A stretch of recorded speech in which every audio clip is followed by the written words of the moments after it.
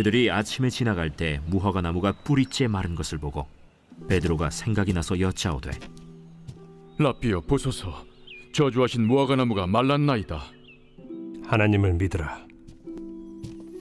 내가 진실로 너에게 이르노니 누구든지 이 산더러 들려 바다에 던져지라 하며 그 말하는 것이 이루어질 줄 믿고 마음에 의심하지 아니하면 그대로 되리라. 그러므로 내가 너희에게 말하노니 무엇이든지 기도하고 구하는 것은 받은 줄로 믿으라.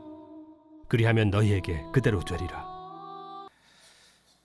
아버지 하나님, 오늘도 저의 모든 염려 걱정 있는 모습 그대로 주 앞에 나왔습니다.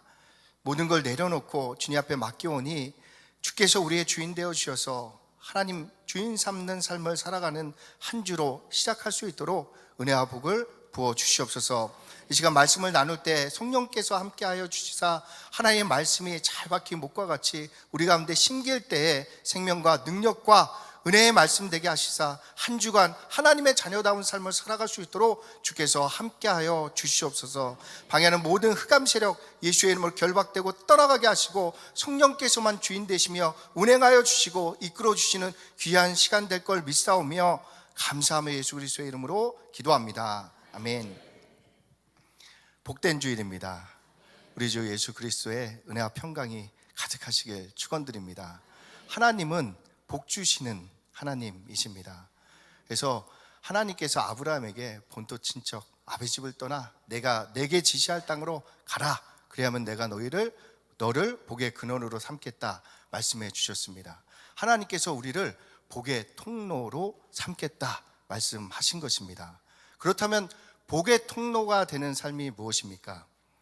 하나님과 동행한 요셉이 보디발 가정의 노예로 갈지라도 보디발 가정이 복을 받고, 감옥에 가면 감옥의 사람들이 복을 받고, 애굽의 총리가 되면 애굽 전역에 하나님의 복이 임하는 것과 같이 하나님과 동행하는 우리가 가정에 가면 배우자가 복을 받고 자녀들이 복을 받고 우리가 현장에 가면 현장에 하나님의 복이 임하게 된다라는 것을 알려주고 계신 것입니다.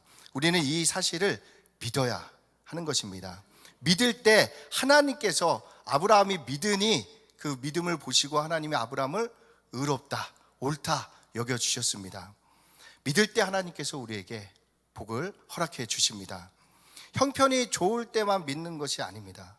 신앙의 선진들, 선배들을 보면 어려운 가운데서도 복 주시는, 은혜 주시는 하나님을 믿고 나아가서 그 하나님을 찬송하는 삶을 살아내었던 것입니다.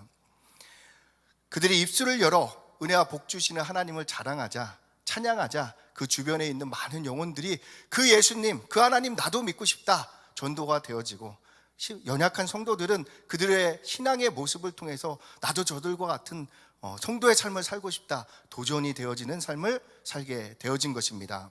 이것이 하나님께서 원하시는 성도의 삶의 모습이 아니겠습니까? 믿고 이렇게 사시면 하나님께서 반드시 도와주시는 것입니다. 누리시는 우리 모두가 되시게 예수님의 이름으로 축원드립니다. 우리가 하나님을 모른다 말하고 있는 이 세상에서 그리스도 예수 안에서 창조주 하나님을 예배하고 있습니다. 당연히 하나님의 눈에 우리가 발견되지 않겠습니까?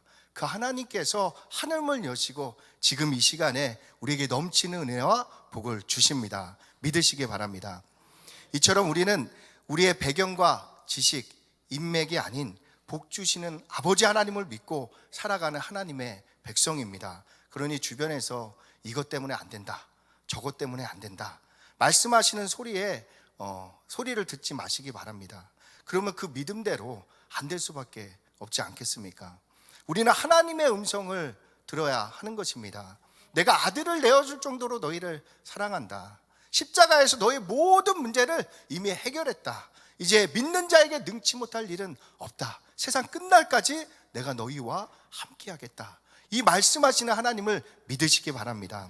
한 치 앞도 모르는 사람의 음성에 미혹돼서 염려, 걱정하는 삶에서 나와 전지전능하시고 우리의 참된 보증이 되어주시는 하나님의 말씀을 믿고 승리를 누리시는 우리 모두가 되시길 예수님의 이름으로 축원드립니다.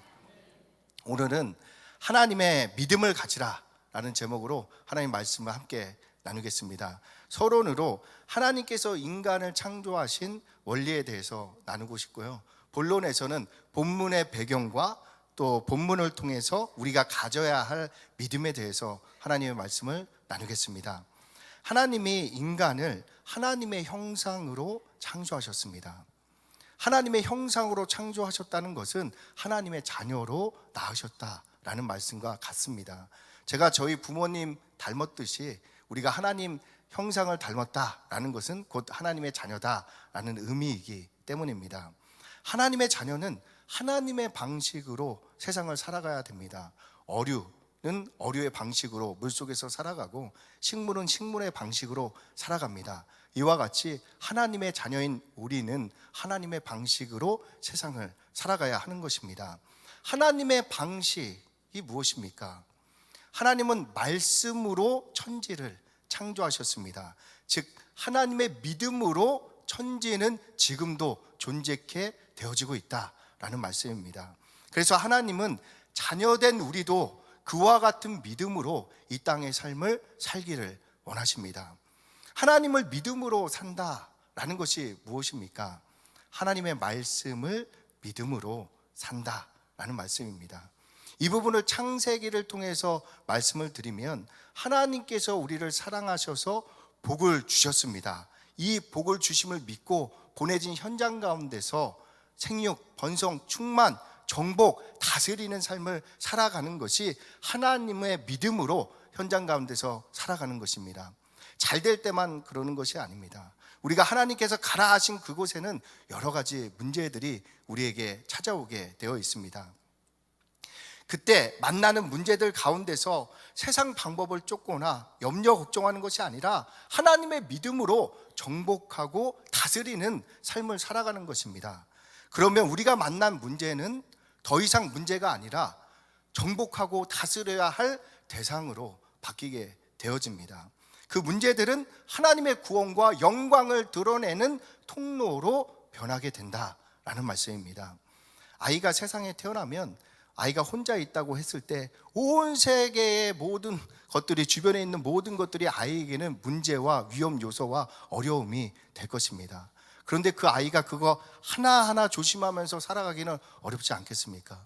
그 아이에게 부모만 함께 있다면 그 많은 문제가 아이 주변에 산재해 있더라고 하더라도 그 아이에게 전혀 문제가 되지 않습니다.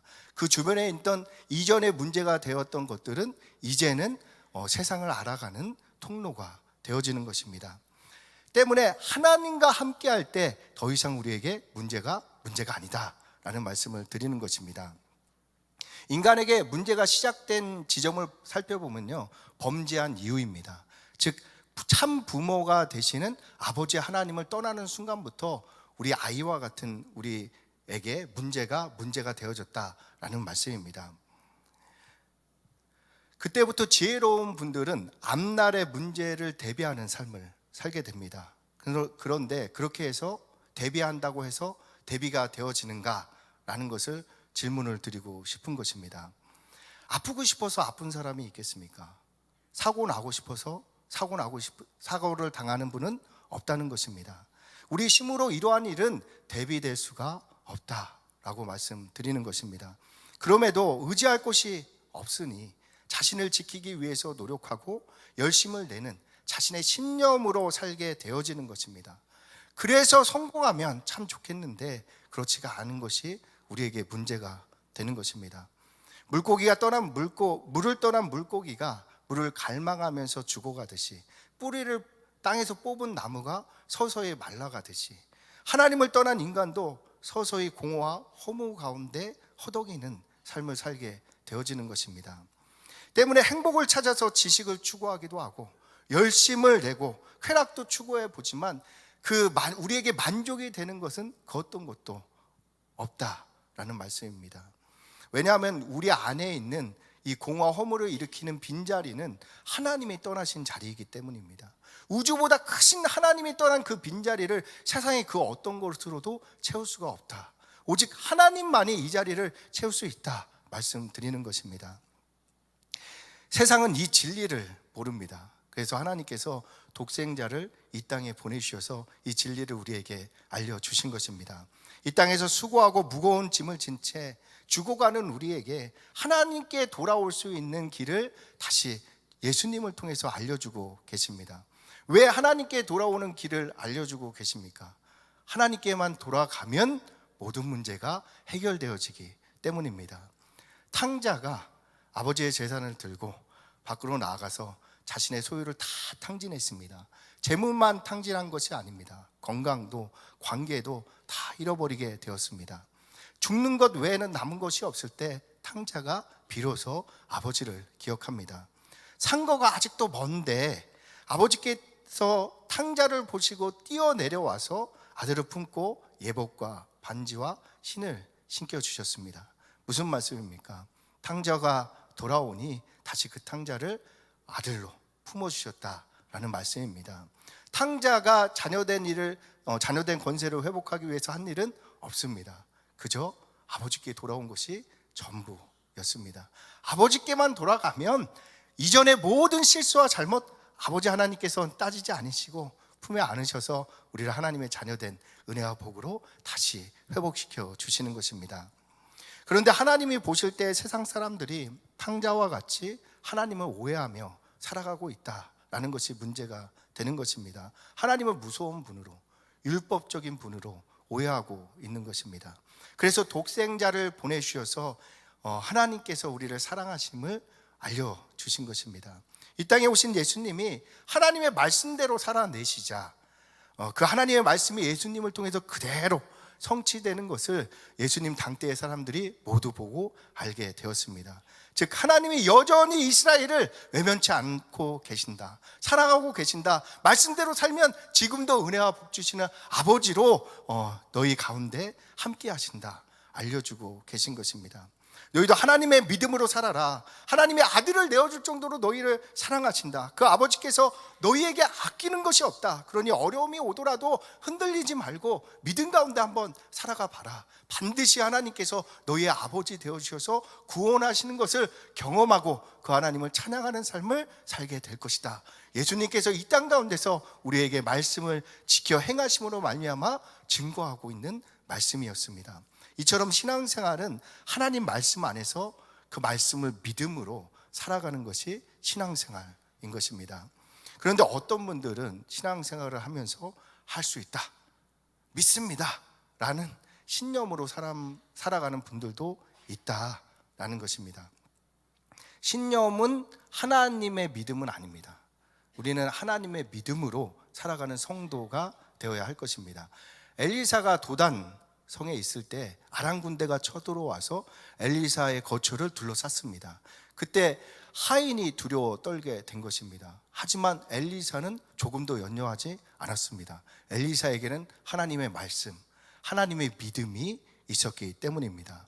그래서 엘리사가 그 믿음으로 기도를 하자 하인의 눈이 밝아져서 하늘에 가득한 불말과 불병거를 보게 되어진 것입니다. 이와 같이 하나님의 믿음을 가진 엘리사의 신앙과 그리고 사람의 신념을 가진 하인의 신앙의 수준은 완전히 달랐다라는 것을 알게 되어집니다. 사람의 신념을 가진 사람은 사람 수준으로 생각하기 때문에 자기 판단에 어려운 일이 찾아오게 되면 낙심하여 실망할 수밖에 없습니다. 하지만 천지를 창조하신 하나님의 믿음을 가진 엘리사는 완전히 다른 모습을 보여주게 되는 것입니다. 이러한 모습을 모세와 이스라엘 백성을 통해서도 우리가 확인할 수 있습니다. 똑같이 애굽을 출발했습니다. 홍해 바다 앞에서 백성들은 낙담하여 하나님을 모세를 원망합니다. 백성들은 하나님의 이적을 보았음에도 사람 수준의 신념으로 살아가고 있었던 것입니다. 때문에 자신들의 판단에 어려울 것 같으니, 홍해는 이길 수 없을 것 같으니 홍해까지 끌고 와서 우리를 죽이려고 하느냐 원망하게 되어진 것입니다. 이처럼 신념은 사람 수준을 넘어서는 문제 가운데 좌절할 수밖에 없다라고 말씀을 드립니다. 하지만 하나님을 믿은 모세는 달랐습니다. 하나님이 너희를 위하여 싸우시리니, 하나님께서 함께 하신다는 말씀과 믿음을 갖고 있던 모세는 하나님께서 너희를 위해 싸우시리니 너희는 가만히 있을지니라 말씀하게 되는 것입니다. 모세가 하나님의 믿음으로 문제를 바라보니 그 홍해라는 문제가 더 이상 문제가 아니었습니다. 모세에게 홍해는 하나님의 구원을 드러내는, 하나님을 찬송케 만드는 도구와 수단으로 바뀌게 되는 것입니다. 이렇게 전능하신 하나님이 지금 우리와 함께 하십니다. 우리가 모세와 같이 하나님을 믿음으로 현장으로 나아갈 때에 모든 문제가 바뀌어서 변해서 하나님의 은혜의 통로로 바뀌게 될 것입니다. 이 하나님을 믿고 구원을 누리시는 우리 모두가 되시길 예수님의 이름으로 축원드립니다. 오늘 무화과 나무 기사는 두 부분으로 나누어져 있습니다. 예수님이 무화과에 열매가 없어서 저주하는 부분과 본문과 같이 그 말씀이 성취되어서 저주받은 무화과 나무의 기사로 나누어지는 것입니다. 그리고 그 중간에, 그 사이에는 예수님께서 성전을 정화시킨 기사가 끼어져 있습니다. 먼저 오늘 본문의 배경이 되는 예수님이 무화과 나무를 저주하는 기사를 살펴보겠습니다. 예수님이 예루살렘에 갈 때는요, 이렇게 베다니에 머무르게 되셨습니다. 베다니는 예루살렘에 있으면 동쪽으로 2km 정도 떨어진 지역에 있는 마을이었습니다. 마르다, 마리아, 나사로가 살고 있던 동네입니다.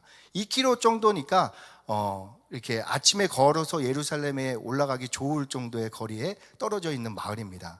베다니라는 이름의 뜻은 무화과 나무 집이라는 뜻입니다. 그래서 그 베다니의 동네에는 무화과 나무가 많았음을 우리가 알게 되는 것입니다. 하루는 아침에 일찍 예수님께서 베다니에서 출발하셔서 예루살렘으로 올라가는 그 길에 시장하신 것입니다. 그래서 주변에 무화과 나무에 잎이 많은 것을 보시고 열매를 찾았는데 그때 열매가 없었다라고 말씀을 하십니다. 예수님께서 찾으신 열매는 당시는 완전히 열매가 익을 시기는 아니었습니다. 그러나 이제 설익은 열매가 달려 있어야 할 시기였던 것입니다. 그 설익은 열매를 찾았는데 무화과 나무는 잎이 무성함에도 그 열매가 없었다. 그래서 예수님이 저주하셨다라고 기록하고 있습니다. 예수님께서 배고프셔갖고 화가 나서 이러한 표적을 우리에게 보인 것은 아닐 것입니다. 그렇다면 왜 무화과 나무를 저주하셨습니까? 무화과 나무는 당시 이스라엘 백성들을 상징하고 있습니다. 예수님은 수많은 이적을 행하셔서 이스라엘을 향해서 자신이 약속된 메시아임을 증거해 주셨습니다. 그런데 그럼에도 이스라엘 백성들이 예수님을 약속된 메시아로 믿지 못하는 것입니다.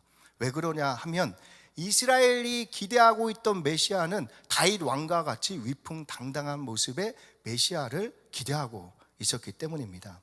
그들이 예수님을 믿고 따랐던 것은 예수님이 자신의 병을 고쳐주고 먹을 것을 주시는 위대한 선지자 정도로 여기고 예수님을 따랐던 것입니다.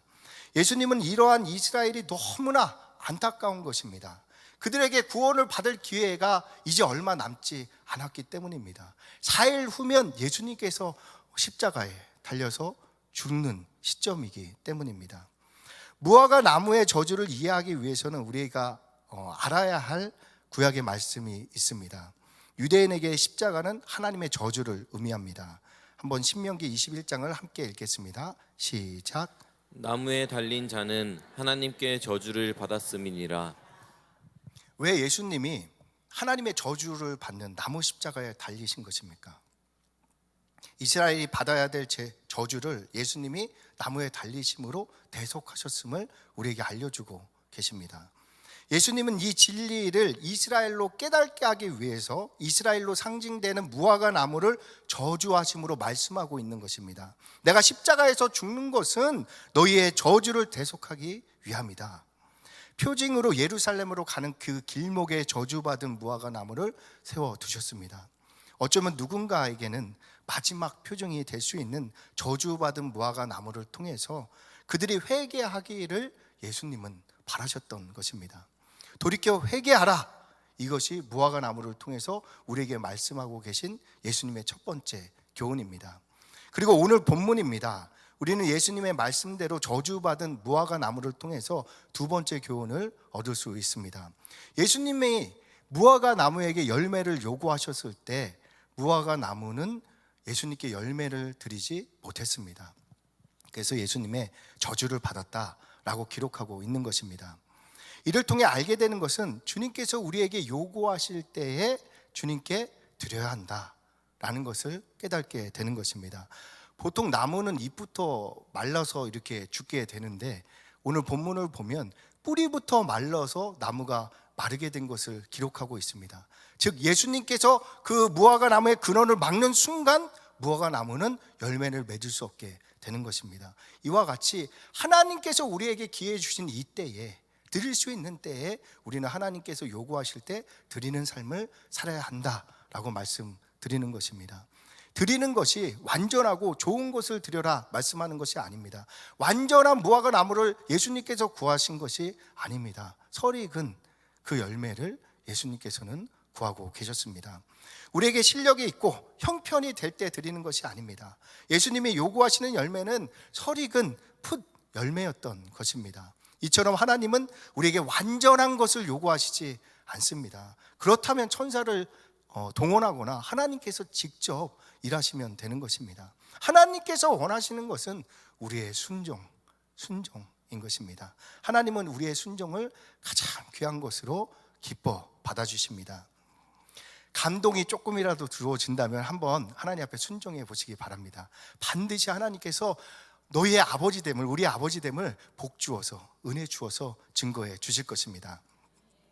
본문은 예수님이 무화과 나무를 저주한 다음 날입니다. 제자들이 예수님과 함께 예루살렘으로 가는 길에 저주받아서 말라 세워진 무화과 나무를 보고 예수님께 말씀을 전합니다. 보소서 저주하신 무화과 나무가 말랐습니다.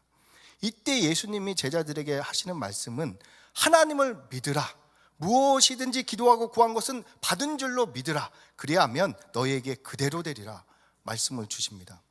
제자들은 무화과 나무가 저주받아 마른 것은 예수님께 전한 것인데 갑자기 예수님이 하나님을 믿으라 라고 말씀하시는 것입니다.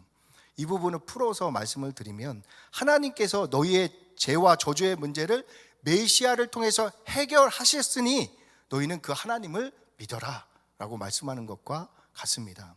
그리고 하나님의 자녀로서 하나님의 믿음으로 기도하면 아버지께서 그대로 이루어지는 자녀된 삶을 살게 될 것이다. 이 약속을 믿고 누려라 라고 우리에게 허락해 주시는 것입니다. 이루어질 것이 아닙니다. 이루어진다는 것을 확정적으로 말씀해 주시고 계십니다. 기도를 오래 하면, 정성을 많이 들이면 들어주시는 것이 아닙니다. 이것은 종교적인 신념이 될 수 있습니다. 신념의 기도에 하나님은 응답해 주신다는 약속을 주신 적이 없습니다. 하나님의 믿음을 갖고 기도할 때 하나님은 반드시 응답해 주신다 약속하고 계십니다. 때문에 우리는 열심히 기도하기 전에 먼저 하나님의 믿음을 소유했는가를 확인하셔야 합니다. 요한복음 15장 7절을 함께 읽겠습니다. 시작. 너희가 내 안에 거하고 내 말이 너희 안에 거하면 무엇이든지 원하는 대로 구하라. 그리하면 이루리라. 이와 같이 하나님의 말씀이 우리 안에 거하는가, 하나님의 이 말씀을 주신 하나님의 믿음이 우리 안에 있는가 먼저 확인을 하셔야 한다는 것입니다. 그리고 예를 들어서 예레미야 29장을 말씀드리면 여호와의 말씀이니라 너희를 향한 나의 생각을 내가 아나니 평안이요 재앙이 아니라 너희에게 미래와 희망을 주는 것이라. 이것이 이제 하나님의 마음인 거예요, 우리를 향한. 그러면 이 말씀을 우리가 잡고 이 믿음으로 하나님 앞에 기도드리는 것을 기도문을 통해서 예로 설명드리고 싶습니다. 주님, 저는 염려하면 안 됩니다. 제가 원수의 조롱거리가 되어서 되겠습니까? 주의 자녀인 제가 하나님의 영광을 가려서는 안 될 것입니다. 주님, 저에게 평안 주심에 감사합니다. 주님의 징계 받으심으로 주님이 주신 평안을 누리게 하심에 감사합니다. 미래와 희망 갖게 하심에 감사합니다. 성령님, 하나님의 꿈을 꾸며 도전할 수 있도록 충만케 역사해 주심에 감사합니다. 만나는 문제 가운데 주님의 뜻을 보게 하시고 주님의 구원을 마음껏 자랑하는 복음의 통로로 사용하여 주시옵소서. 하나님의 말씀을 가지고 그 믿음으로 하나님께 기도할 때 하나님께서 그 믿음의 역사하셔서 하나님의 살아계심을 우리 가운데 증거해 주시는 것입니다. 왜 하나님이 믿음을 가지고 기도하며 응답해 주십니까? 응답의 값을 예수님께서 이미 우리에게 하나님께 치르셨기 때문입니다. 예수님께서 찔리시고 상하시고 징계를 받으시고 채찍에 맞으심으로 우리의 모든 문제는 이미 해결되었습니다. 그래서 우리가 예수님의 이름으로 기도할 때 하나님께서 응답해 주신다라고 약속을 해 주신 것입니다. 그래서 복음이 복된 소식 아니겠습니까? 이것이 무화과 나무 기사 사이에 성전 정화 사건이 끼어 있는 이유입니다. 성경은 유대인들이 기록했습니다. 유대인들이 글을 쓰는 방식에는 샌드위치 기법이라는 것이 있습니다. 샌드위치 가운데에 햄이 있으면 햄 샌드위치가 되고, 계란이 있으면 계란 샌드위치가 되는 것 같이, 샌드위치의 중간에 무엇은 재료가 있느냐에 따라서 그 이름이 결정되는 것과 같이 성경에 쓰여진 샌드위치 용법도 중앙에 무슨 말씀이 있느냐에 따라서 그 말씀이 중요하고, 그 겉에 있는 말씀은 그 중앙에 있는 말씀을 설명하는 것이 되어지는 것입니다. 이 샌드위치 기법을 오늘 본문에 적용해서 설명드리면, 무화과 나무가 저주받은 기록은 그 중앙에 있는 성전 정화 사건을 설명하고 있다라는 것이 되어집니다. 이 부분을 해석하면, 어떻게 탕자와 같은 우리가, 하나님을 떠난 우리가 아버지께 돌아갈 수 있습니까? 돌아가기만 하면 왜 아버지는 우리를 받아주시는 것입니까?